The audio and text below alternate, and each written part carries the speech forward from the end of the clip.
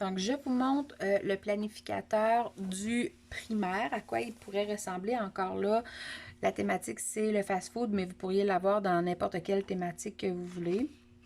Donc, on retrouve, comme tous les autres planificateurs, dans le fond, votre page d'identification personnelle, les renseignements personnels, les numéros de téléphone importants, vos ressources web. Donc ça ne change pas. Dans le fond, la base du planificateur, dans cette base-là, vous retrouvez toutes ces pages-là. Vos absences, le calendrier scolaire. Pour la semaine, l'horaire de la semaine, donc je vous le montre comme ça. Donc ici, c'est un horaire fait sur 5 jours. Vous pouvez l'avoir aussi sur 9 jours ou du lundi au vendredi.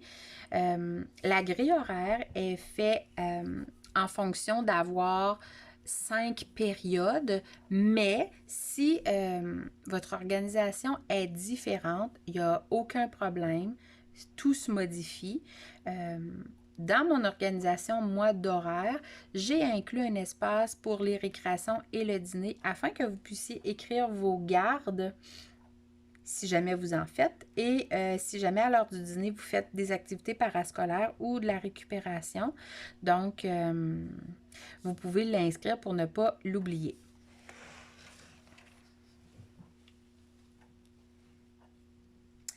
Vous avez également une feuille pour le budget de classe. Les dates importantes également. Pour les renseignements d'élèves, c'est un petit peu la même chose. Vous avez un plan de classe. Le plan de classe, vous en avez un pour chacune des étapes. Vous avez vos informations importantes aussi concernant les élèves, ceux qui vont au service de garde, autobus, les parents séparés, les allergies, sport compétitif. Vous avez également vos fêtes, vos anniversaires et une page pour les besoins particuliers ainsi que de l'espace pour écrire les noms des intervenants qui travaillent avec vous et leur numéro de téléphone. Vous avez également aussi une page de suivi des plans d'intervention. Ce qui est différent du préscolaire et du secondaire, c'est que pour les fiches suivies d'élèves au primaire, c'est français et mathématiques. Vous avez 2 fiches par page. Et c'est pour faire vraiment un suivi pour, dans le fond, avoir des informations sous la main vite comme ça. C'est très pratique de savoir en gros à quoi nos élèves peuvent ressembler, à quoi notre groupe classe peut ressembler. Donc, vous en avez 26, c'est-à-dire 13 pages parce qu'il y en a 2 par page. Puis, on a un maximum de 26 élèves dans la classe, donc vous en avez 26. Ça, c'est ce que vous avez.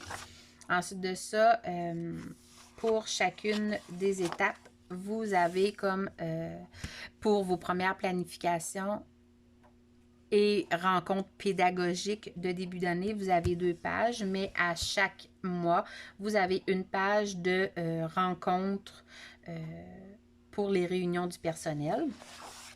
Vous avez votre planification par étape.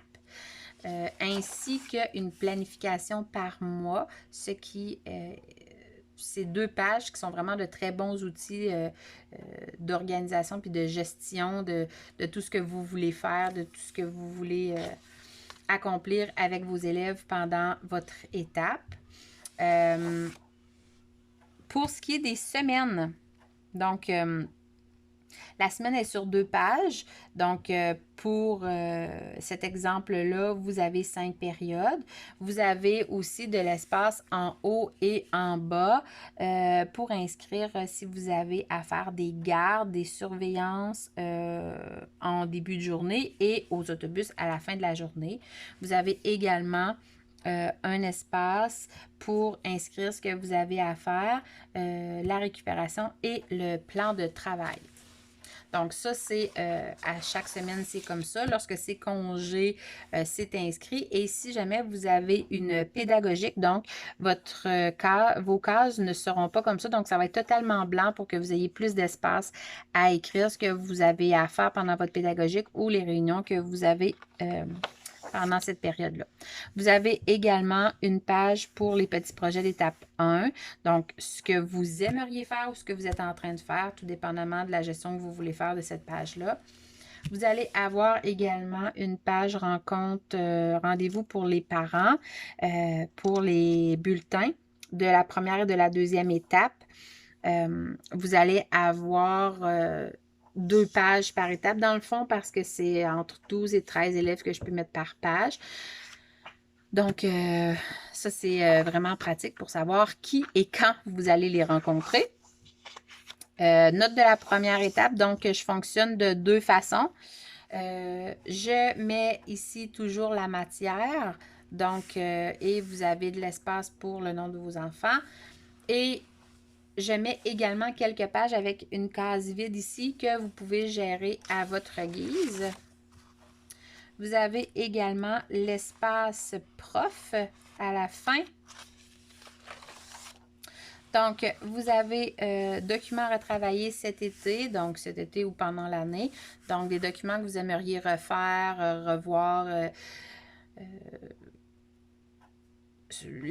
le modifier ou ajouter ou enlever des choses.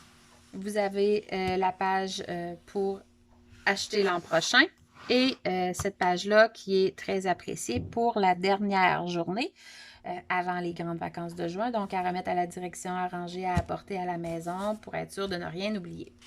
Vous avez également la section « J'ai le cerveau qui chauffe ». Donc, ça, c'est pour vos projets. Des idées que vous avez pendant l'année et que vous savez que vous ne pourrez pas faire pendant l'année. Vous les écrivez, au moins vous avez des traces. Je prends des notes. Donc, vous avez une section pour prendre des notes si vous avez des formations. Et vous avez également un endroit pour coller votre chaîne téléphonique que vous recevez au début de l'année. Donc, ça, c'est pour le primaire. Encore là, si jamais vous avez une classe d'adaptation, si vous avez des choses que vous aimeriez avoir à tout prix et que je ne présente pas dans le démo, vous pouvez toujours m'en faire part et je vous fais un croquis de ce que ça pourrait ressembler et si ça vous convient, on l'insère dans le planificateur, il n'y a pas de problème. Dans le planificateur du primaire, il y a 210 pages environ, là, ça peut jouer. Donc, c'est ça. Vous pouvez retrouver également des mandalas pour certaines pages. Donc, je sais qu'il y en a qui aiment bien les mandalas pour pouvoir relaxer. Donc, dans tous les planificateurs, autant au préscolaire, au primaire et au secondaire, vous allez retrouver pour certaines pages des mandalas aussi. Donc, c'est à votre guise de les faire ou non. Donc, passez le temps ou pour vous relaxer lorsque vos groupes sont difficiles.